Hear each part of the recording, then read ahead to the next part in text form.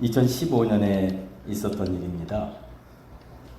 새벽 2시에 최모 씨가 부산 연산동에 있는 황령산을 걷고 있었습니다. 그때 갑자기 살려주세요 라고 하는 비명이 들렸습니다. 새벽 2시에 산 정상에서 20대 여인의 비명소리를 들은 이 최 씨는 곧바로 112에 신고를 했습니다. 분명 위급한 일이라고 판단한 이 경찰은 곧 비상을 걸고 부산 남부경찰서를 포함한 3개의 경찰서에 비상명령을 내렸습니다.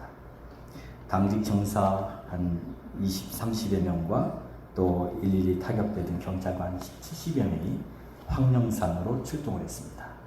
마침 그날은 비가 막 내리고 있는 날이었습니다.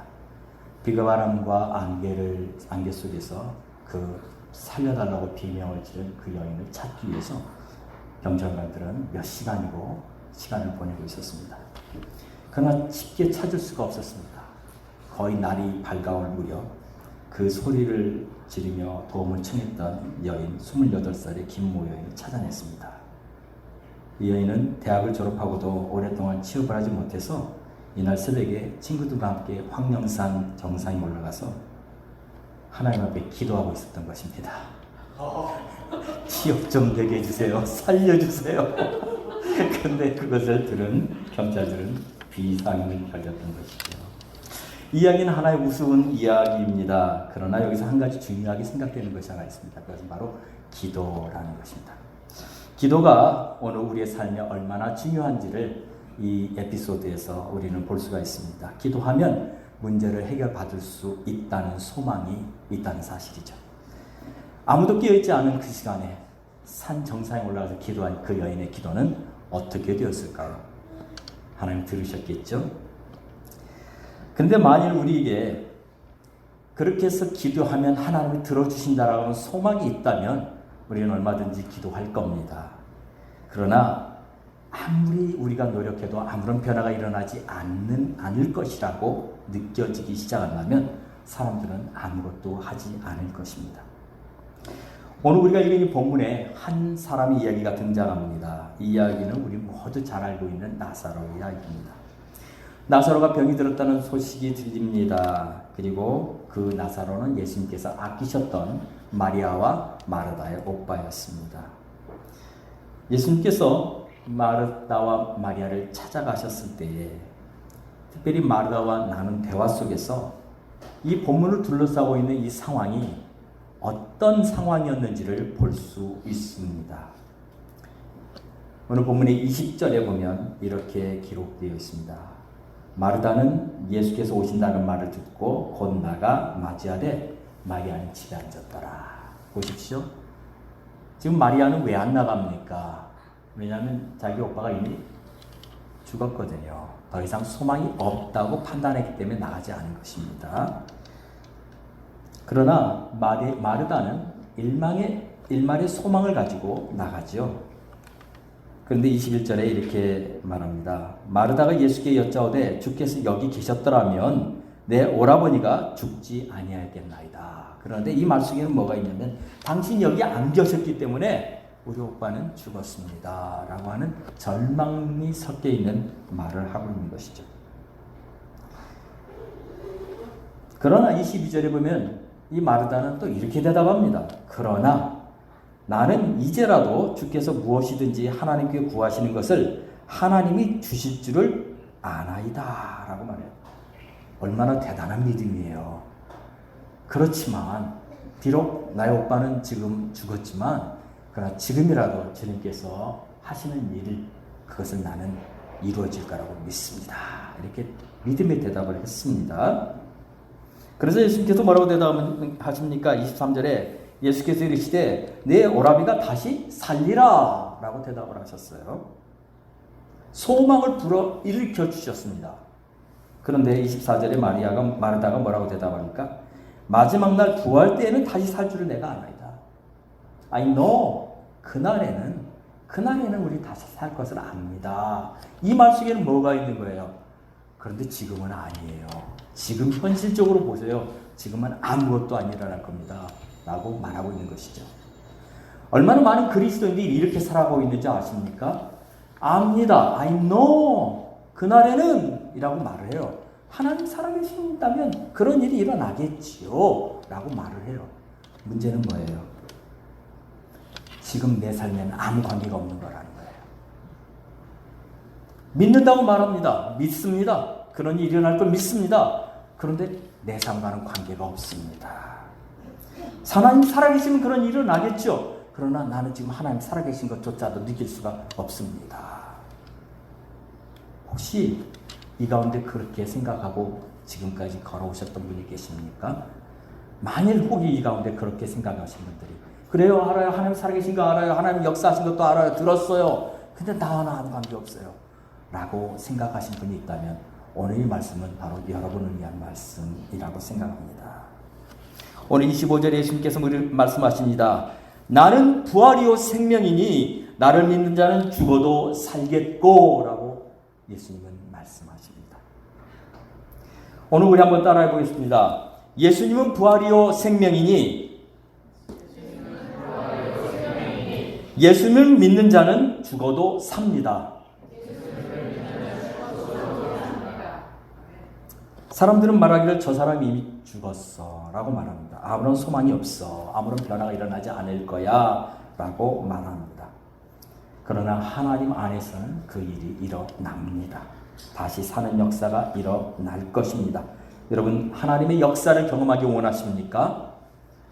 오늘 우리 목사님 말씀을 통해서도 다시 하나님께서 정말 너무나 큰 예배당을 주셨다는 이 아름다운 소식을 전해주셨습니다. 하나님의 역사하시는 분이신 것을 다시 한번 감사를 드립니다. 오늘 이 나사로 이야기 속에서 예수님께서 한 가지 분명히 말씀하고 있는 것이 있어요. 그건 뭐냐면 예수님의 이 땅에 오신 분명한 목적을 이 나사로의 이야기 속에서 말씀하고 있습니다. 본문 4절에 보면 이런 말씀이 있습니다. 예수께서 들으시고 이르시되 이 병은 죽을 병이 아니라 하나님의 영광을 위함이요 라고 했어요. 하나님의 아들이 이로 말미암아 영광을 받게 하려 함이라 그랬어요. 예수님은 아셨어요. 이 나사로의 병 들었다는 얘기를 들었을 때 그 이후의 일이 어떻게 일어날지를 알고 계셨습니다. 그러나 이 일이 결국엔 하나님의 영광을 드러낼 일이라는 것도 알고 계셨습니다. 요한이 요한복음을 기록한 목적이 있습니다. 요한복음 맨 마지막 장 21장에 보면 그 기록 목적이 나오지만 특별히 거기서는 예수님이 누구인지를 드러내기 위한 것입니다. 예수님은 유대인들이 그렇게 기다렸던 구약에서 약속한 메시아입니다. 그래서 요한은 특별히 요한이 가지고 있는 신학이 있는데 요한의 신학은 특별히 예수님이 누구시를 가르쳐주는 기독론이죠. 마태, 마가, 누가가 공간복음이라고 하죠. 그리고 요한복음은 공간복음이 아닙니다. 그런데 왜냐하면 같은 시각으로 예수님 이야기를 쓴 게 아니에요. 요한만이 가지고 있는 독특한 시각이 있어요. 특별히 요한복음에 보면 7가지 기적이 있습니다. 7가지 기적 이야기들을 요한은 씁니다. 첫 번째 뭡니까? 갈릴리 가나에서 결혼식에 참석하셨습니다. 그리고 물로 포도주를 만드셨습니다. 두 번째는 가나에서 가버나움에 있는 왕의 신하의 집으로 가죠. 그리고 그 왕의 신하의 아들의 병을 고쳐줍니다. 또 38년 된 병자가 그 병으로 고통받고 있을 때에 그를 치료해 줍니다. 여러분 38년 동안 병이 들었다는 이 사실을 보면요. 어떤 사람이 병이 들었어요. 한 1년, 2년 정도 병 들었으면 그 병 치유하려고 굉장히 노력할 겁니다. 의원들은 다 찾아갈 거고요. 할 수 있는 방법 다 해볼 거예요. 그런데 38년쯤 되면 어떻게 될까요? 그때는 이미 소망이 없다는 걸 알죠. 그냥 그 병을 가지고 사는 거죠. 이 사람에게는요. 절망이라는 것이 그 사람에 있었음에도 불구하고 놀라운 사실은 그 병을 치유받기 위해서 노력하고 있었다는 사실을 보게 되죠. 네 번째는 오병이어의 기적이 일어납니다. 그것을 통해서 예수님이 바로 생명의 떡이라는 것을 보여주죠. 다섯 번째는 바다 위를 걸어오십니다. 갈릴리 바다 위를 걸어오시죠. 바로 바다도 자연 만물도 예수님의 그 주권 아래 순종하고 있다는 사실을 보여줍니다. 여섯 번째는 소경됐던 자의 눈을 열어줍니다. 그래서 그 소경되었던 자의 눈을 열어줘서 무슨 말이에요? 보는 자들은 보지 못하고 보지 못하는 자들은 본다고 말하는 믿음이 없는 유대인들을 질책하고 있는 말씀이었습니다. 그리고 맨 마지막에 7번째 기적이 바로 오늘 나사로가 죽음에서 다시 살아나는 기적을 보여주죠. 이 7가지 요한이 쓴 7가지 기적은 계속해서 똑같은 얘기를 해주고 있는 거예요. 예수님은 약속된 메시아라는 것을 보여주고 있는 거예요. 그런데 이 기적이 가지고 있는 한 가지 공통점이 있습니다. 7가지 기적이 다 가지고 있는 한 가지 공통점이 뭐냐면 현실에서 일어날 수 없는 일이라는 겁니다. 기적이라는 것이죠. 그 가운데 나사로 이야기를 제일 마지막에 쓴 것은 무엇입니까? 그것은 병도 고칠 수 있죠. 물론 인간의 능력으로 고칠 수 없는 그 병을 고치셨지만 그러나 죽음에서 다시 살아나게 하는 것은 그건 아무도 할 수 없는 일이기 때문에 맨 마지막에 가장 어려운 불가능한 것을 가능하신 하나님이신 것을 보여주기 위한 것입니다. 여기서 이렇게 해서 계속해서 보여주고 있는 것이 한 가지 있습니다. 그것은 뭐냐면 지금 이 예수님께서 증거하고 있는 이 대상, 바로 유대인들의 상황을 말해주고 있는 거예요. 유대인들은요, 지금 절망 가운데 살고 있습니다. 나사로라고 하는 이 사람이 죽은 것으로 인해서 그 마을은 전부 다 비통해 있었고 마르다나 마리아조차도 믿음을 잃어버리고 있는 상태였습니다. 이것은 무엇을 말해주냐면 그 시대의 그 유대인들의 상황이 철저히 절망 가운데 있었던 상황이라는 것을 보여주고 있는 것이죠. 기원전 322년에 그리스의 알렉산더 대왕이 모든 나라를 다 제패하면서 이 이스라엘, 이 가나안 지역도 역시 정복을 합니다. 그 후에 프톨레마이오스 왕조가 지배를 하고 프톨레마이오스 왕조가 사라진 이후에도 계속해서 셀레우코스 왕조가 지배를 또 하죠. 그런데 셀레우코스 왕조의 초기에는 유대인들에게 좀 이렇게 편안하게 해줬다가 후기에 들어서면서 그들은 이제 아주 강압적인 정책을 쓰죠. 그래서 그 성전의 제단 위에다가 돼지를 가져다가 제사를 드리거나 아니면 그 성전에 제우스 우상을 가져다 놓습니다. 그렇게 해서 결국에 유대인들의 모든 정치적인 생각들을 다 말살하게 되죠. 그것을 견딜 수 없었던 유대인들이 봉기를 일으키는 것이 바로 마카비 봉기 이야기 아닙니까? 그래서 마카비가 결국엔 다시 봉기를 일으키고 하스몬가가 유대인들을 다시 자유케 합니다. 그러나 그 자유는 얼마 가지 않았습니다. 다시 로마의 침략 아래 있게 되고 이번에는 로마에서 보낸 로마의 허락을 받은 헤롯이라고 하는 대왕이 자칭 왕이라는 칭호를 이제 로마로부터 얻게 되죠. 사실 헤롯은 유대인이 아닙니다. 이두메 사람입니다.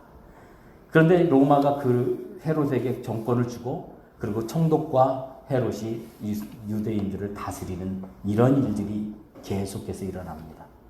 그리고 헤롯의 아들 3명이 또 나라를 나중에 3개로 3등분해서 그들이 또 통치하는 이런 일들이 계속되고 있습니다. 유대인들은 지금 자기들은 선민이라고 말합니다. 자기들은 택한 백성이라고 말합니다. 그러나 그들에게는 아무런 소망이 안 보이는 것이죠. 하나님이 택했는데 왜 우리는 이런 일이 계속 일어나고 있는 거야? 하나님 우리를 선택했는데 왜 이런 일이 계속 일어나고 있는 거야? 그들 안에 보이지 않는 절망이 가득한 것입니다. 이 상황을 그대로 보여주고 있는 것이 바로 이 나사로의 이야기라고 저는 생각합니다. 그래서 오늘 이 나사로 이야기 속에서 단순히 그냥 예수님께서 오셔서 나사로를 죽음에서 살리셨노라, 치유하셨노라 이렇게 기록하지 않고 마르다와의 대화를 다 기록합니다. 나중엔 또 마리아와의 대화까지도 다 기록합니다. 그 속에서 보여주고 있는 게 뭐냐? 이들 안에 가득 차고 있는 보이지 않는 절망감이라는 것입니다. 아무리 해도 안 되더라는 거예요. 예수님께서 이 나사로를 치유하시는 과정 쪽에서 일어나는 수많은 그 반대들을 한번 보십시오. 자, 예수님께서 이제 유대로 가서 특별히 이 나사로를 치료하시겠다고 시작할 때 본문의 7절로부터 8절에 이렇게 기록되어 있습니다. 그의 제자들에게 이르시되 유대로 다시 가자 하시니 제자들이 말하되 라비여 방금도 유대인들이 돌로 치려 하였는데 또 그리로 가시려 하나이까? 이들은 몰랐던 거죠. 나사로를 다시 죽음에서 생명으로 옮기기 위해서 가려고 하는 이것이 그 제자들이 볼 때는 다시 유대로 가서 그들에게 그 핍박을 받으려고 또 가시는 겁니까? 라고 반대하는 거죠. 12절에 보면 제자들이 이르되 주여 잠들었으면 낫겠습니다. 그냥 잠들었다면 지금 예수님 말씀대로 정말로 잠들었다면 살아나겠죠. 그러나 지금 나사로는 죽었답니다. 가도 소용없는 일입니다. 두 번째로 그들은 또 예수님의 발목을 붙잡습니다.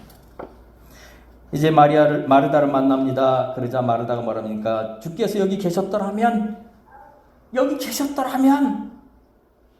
그러나 여기 계시지 않으셨지 않습니까? 그 원망 섞인 목소리를 말하죠. 그러면서 24절에 말하죠. 마지막 날 부활 때에는 다시 살 줄을 제가 압니다. 그러는데 지금은 안 된다는 계속해서 절망을 얘기하고 있는 거예요.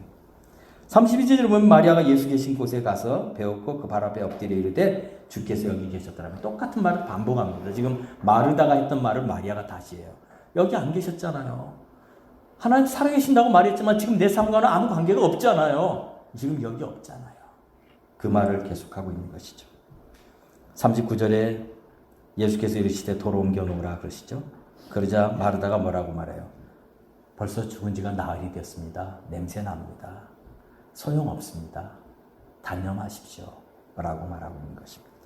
이들에게 계속해서 이 모든 상황이 예수님을 향해서 다가오는 이 이야기가 뭐냐면 아무리 우리가 노력해도 안 돼요 라고 하는 절망의 목소리를 계속 말해주고 있다는 사실입니다.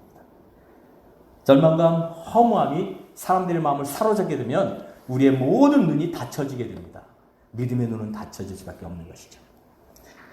코로나 바이러스 이후에 세상을 뒤엎고 있는 모든 것들이 있습니다. 그것이 바로 어떻게 보면 절망감이에요. 허무감입니다. 역사가 BC와 AD로 나눠진다고 하죠. BC는 원래 Before Christ였습니다. 그러나 코로나 바이러스가 일어나고 이후로 BC는 Before 코로나 바이러스로 바뀌었다고 하죠.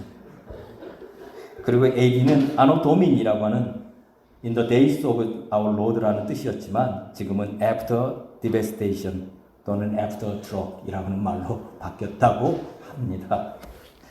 모든 것이 바뀌었습니다. 사람들의 삶이 바뀌었습니다. 사무실에서 이제는 더 이상 사람들이 일하지 않습니다. 그러자 식당들이 비어가고 모든 경제활동들이 멈은 것처럼 그렇게 보여집니다.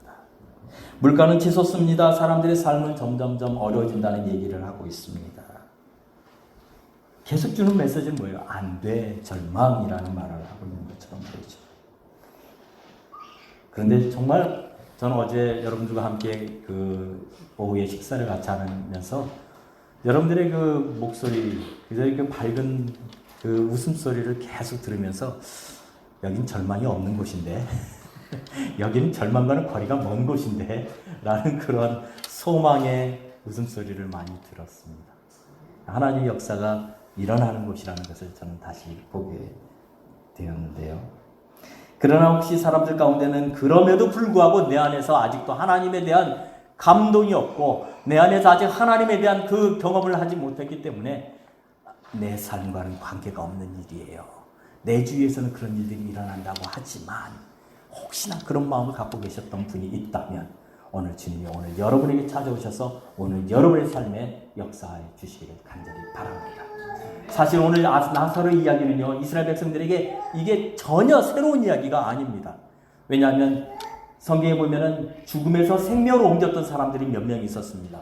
바로 누굽니까? 엘리야가 사르밧 과부의 집에 가서 사르밧 과부의 아들이 이제 목숨을 잃게 됐을 때 사르밧 과부의 아들을 치료해줍니다. 또 한 번은 엘리야가 아닌 엘리사가 수넴 여인의 집에서 이제 지내고 있다가 그 수넴 여인의 집에 있는 아들이 또 죽게 되자 그 아들을 다시 생명을 되살리는 역사가 일어납니다. 예수님 이전에도 구약 성경에 2명의 선지자가 그런 일들을 일으켰다는 사실을 유대인이 모르는 사람이 없어요. 다 알고 있는 이야기예요. 그런데 문제는 뭐냐? 그거는 몇백 년 전에, 과거에, 아주 오래 전에 내가 알지도 못하는 그 시대에 일어났던 전설이었다는 거죠. 지금 내가 살고 있는 이 시장, 내가 살고 있는 이 현실에서는 일어날 수 없는 일이라는 것이. 그런데 오늘 주님께서 이 나사로를 죽음에서 생명으로 옮기면서 그 몇백 년 전에 일어났던 그 일이 바로 오늘 내 삶에 일어나고 있다는 사실을 보여주신 것입니다. 오늘 그 역사가 이 사랑하는 교회에 다시 하나님의 임재가 있는 그 역사가 일어나는 현장이 되기를 간절히 소원합니다. 예수님께서는요, 나사로에게 말했습니다. 죽음의 권세, 어둠의 권세에 있는 그 나사로에게 나사로야 나오라 그랬습니다. 오늘 제가 본문을 나사로야 일어나라 라고 지었어요. 혹시 여러분 제가 성경을 바꿨다고 생각하지 마시기 바랍니다. 성경에서는 나사로야 나오라 라고 되어 있습니다. come out 이라고 나와 있었습니다. 그러나 제 마음에 주시는 감동은요, 다시 일어나라고 말씀하시는 주님의 감동이 제게 있어서 그렇게 말씀을 전했습니다. 무덤에 찾아갔습니다. 무덤은 돌로 막혀 있었고요. 사람들은 비통이 가득 찬 상태로 울고 있었습니다. 예수님께서는 무덤에 돌을 옮겨놓으라고 했습니다. 그럴 때 사람들은 말합니다. 왜 소망 없는 곳에 소망을 불러일으키냐고 말하고 있었습니다. 그러나 예수님께서 40절에 이렇게 말하죠. 내 말이 네가 믿으면 하나님의 영광을 보리라 하지 아니하였느냐? 라고 물어요. 네가 내 말하는 걸 그대로 믿으면 내가 하나님의 영광을 네가 볼 것이라고 말하지 않았느냐? 사랑하는 성도 여러분, 하나님의 영광 보시기를 원합니다. 하나님의 영광은요, 성경에 있는 그 하나님의 그 영광은요, 오늘 이 시간에도 우리 가운데 일어납니다. 하나님의 영광의 임재를 경험하시기를 원합니다. 시편 118편 17절에 보면 시편 기자가 이렇게 기록하고 있는 부분이 있습니다. 내가 죽지 않고 살아서 여호와께서 하시는 일을 선포하리로다 라고 기도했어요. 제가 잘 아는 어떤 목사님, 혹시 여러분도 들어보셨을 거예요. 크리스 해리슨 목사님이라는 아주 온누리교회에서 사역하셨던 그 목사님이신데요. 한국말을 굉장히 잘하시는 영국 목사님이세요. 그분이 이 간증을 하시더라고요. 자기가 젊었을 때 너무나 힘들고 어려워서 죽음을 생각을 했었다는 거예요. 그런데 자기가 이 본문을 읽으면서 내가 살아서 하나님의 일을 선포하리로다 결심했다는 거예요. 그리고 그 말씀 붙잡고 그가 하나님의 영광 가운데 쓰임받는 그런 하나님의 사람이 되었다고 간증하셨던 것을 기억합니다. 하나님의 영광을 그가 사모했어요. 그래서 그 하나님의 영광을 경험하게 되었던 것이죠. 오늘 우리가 살고 있는 이 시대는요, 하나님의 영광을 경험하기가 너무나도 어려운 시대에 우리가 살고 있습니다. 왜냐하면 너무나 인간적인 생각이 가득하고요, 인간의 생각으로 모든 것이 이루어지려고 하고 있습니다.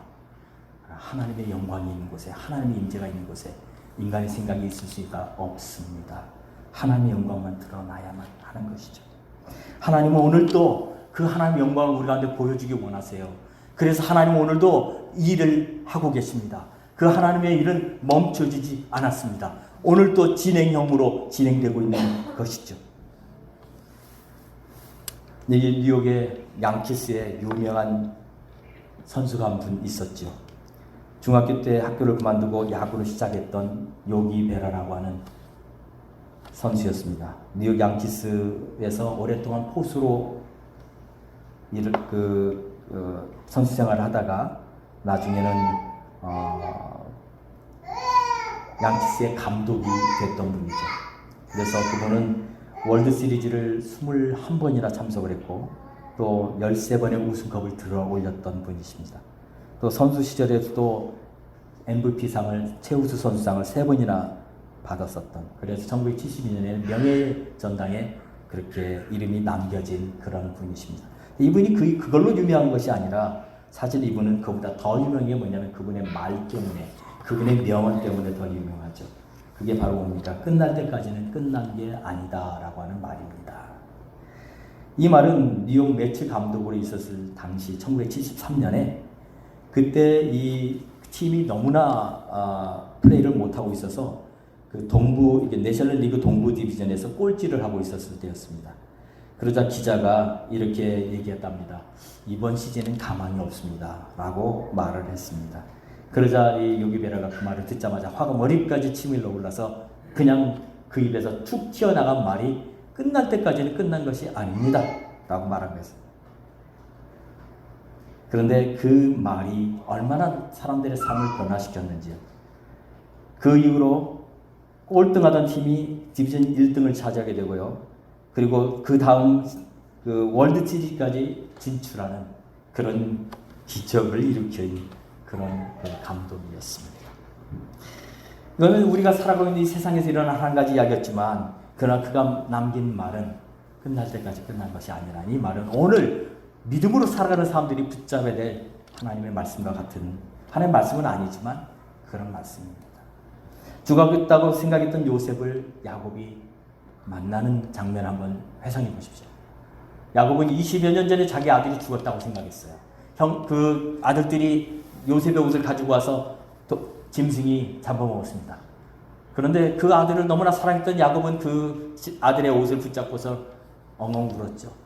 그런데 그 일이 그 가슴속에 평생 남았는데 20여 년이 지나고 난 어느 날 아들들이 말하기를 그 요셉이 죽지 않았습니다라고 말하는 거죠.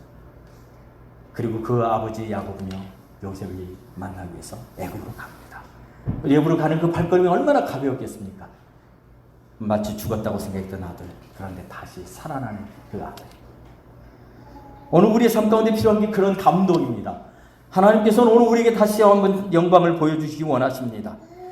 이 나사로에게도 동일하게 나사로 사건을 통해서도 주님께서 우리에게 말씀하고 싶은 것은요, 그것은 죽음을 이기는 권세가 예수님께 있다는 사실을 보여주는 것이고, 그것을 통해서 우리에게는 하나님의 역사가 다시 시작된다는 사실을 보여주는 것입니다. 4절에 분명히 예수님께서 말씀하시기를 이 병은 죽을 병이 아니라 하나님의 영광을 위함이요 라고 말했던 것을 우리는 기억합니다. 하나님의 아들이 이로 인해서 영광을 받기 위함이라는 것이죠. 오늘 하나님께서는요, 우리 가운데서도 그 일을 하기 원하십니다.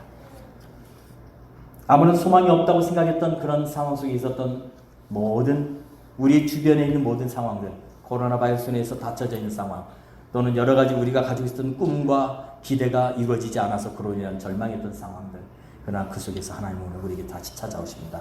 나사로야 일어나라. 사랑하는 성도 여러분, 혹시 여러분 가운데 나는 나사로 같은 사람입니다, 절망하고 있었습니다, 아무것도 안 일어날 것처럼 보입니다, 상황은 계속되는 것 같습니다 라고 생각하고, 혹이나 여러분은 겉으로 표현하지 못했지만 내면에서 그것으로 인해서 아파하고 있었던 분이 계셨습니까? 그렇다면 오늘 하나님께서 그 2000년 전에 성경에서 일어났던 그 일이 오늘 이 땅에 이곳에서 여러분의 삶 가운데 일어나기를 간절히 바랍니다. 이 병은 죽을 병이 아닙니다. 하나님의 아들로 영광을 얻게 하기 위한 병이었습니다. 이 것은 끝난 것이 아닙니다. 주님은 부활이시오 생명이신 분이십니다. 부활이고 생명이신 그 주님이 바로 오늘 예수님의 제자들에게 함께 했던 것처럼 오늘 여러분에게 함께 하시기를 간절히 바랍니다. 이사야서 49장 16절에 보면 이런 말이 있어요. 내가 너를 내 손바닥에 새겼다라는 말을 하셨습니다. 내 손바닥에 주님께서, 주님의 손바닥에 우리를 새겨 놓으셨대요. 우리 한 사람 한 사람의 이름을 주님의 손바닥에 새겨 놓으셨대요. 그만큼 주님은 우리를 알고 계시고 우리를 보고 계신다는 사실입니다. 사람들은 말하기를 나는 잊어버린 자야, 하나님 나를 모르시는 것 같아 라고 생각하는 분이 있다면, 주님은 내게 오늘 내 이름이 내 손바닥에 있다고 말씀하시는 주님의 음성을 들으시기를 바랍니다. 나사로를 향해서 주님이 다시 나사로를 향해서 주님 말씀하십니다. 물론 이것은 나사로만이 아니라 나사로 주위에 있는 모든 사람들에게 주신 말씀이었지만, 나사로야 나오라, 나사로야 일어나라, 이 말씀이 오늘 우리에게 주시는 주의 말씀으로 들려주기 원합니다. 교회여 일어나라. 그리고 여러분의 각자의 이름을 부르면서, 제 이름은 한창호입니다. 창훈아 일어나라. 일어나는 하나님의 역사 일어나기를 간절히 바랍니다. 이 시간 같이 한번 기도했으면 좋겠습니다. 우리 다 같이 통성으로 한번 기도할 때에 이 시간에 주님 일어나기 원합니다. 우리에게는 지금 우리 앞에 있는 눈에 있는 보이지 않는 현실로 인해서 때로는 잠시 절망해서 떠나면 이 시간에 다시 주님 우리에게 일어나는 새 힘과 소망을 우리에게 허락해 주시기를 간절히 원합니다. 그리고 그 하나님의 역사는 끝이지 않았고 지금도 진행형이고 끝날 때까지 끝난 것이 아닌 것을 다시 한번 보게 해주셔서 살아서 하나님의 영광을 증거하는 저희들 되게 해주십시오. 같이 합심으로 주여 한번 부르고 같이 기도하도록 하겠습니다. 할렐루야. 살아계신 아버지 하나님, 이 시간 기도합니다. 하나님은 살아계신 하나님이십니다. 나는 부활이요 생명이니 죽어도 살겠고라고 말씀하셨던 주님의 음성을 오늘 우리가 듣게 하여 주셔서 하나님 오늘 우리의 눈앞에 보이는 것은 때로는 모든 것이 막혀있는 것처럼 보였고 때로는 잃어버린 꿈처럼 보였고 이제는 일어나지 않을 것처럼 보였던 그 상황 속에서도 하나님 다시 일으켜 세우시는 하나님의 역사, 이것을 우리로 경험하는 귀한 시간 될 수 있도록 역사하여 주옵소서. 아버지 하나님, 오히려 이 땅이 아버지 하나님 하나님의 역사가 일어나는 땅이 되게 도와주시고 아버지 하나님 이것은 아버지 죽을 병이 아니라 하나님의 영광을 드러내기 위한 병이라고 말씀하셨던 것처럼 오늘 아버지 우리가 잠시 겪고 있는 아픔은 오히려 하나님의 영광을 드러내는 그 일을 위해 쓰임받은 아픔이 되게 하셔서 나아가 하나님의 영광이 드러나는 그 일이 일어나게 하여 주시기를 바라며 기도합니다. 아버지 하나님 이 시간 다시 한번 기도합니다. 교회가 일어나게 하여 주시옵소서. 하나님 이 시간 다시 한번 기도합니다. 하나님의 영광이 드러나게 하여 주시옵소서. 하나님 이 시간 다시 한번 기도합니다. 우리 각자가 일어나게 하여 주시옵소서. 멈춰있는 자리에서 일어나게 하여 주셔서 하나님의 영광을 보게 하여 주시고 그 영광을 선포하는 자들이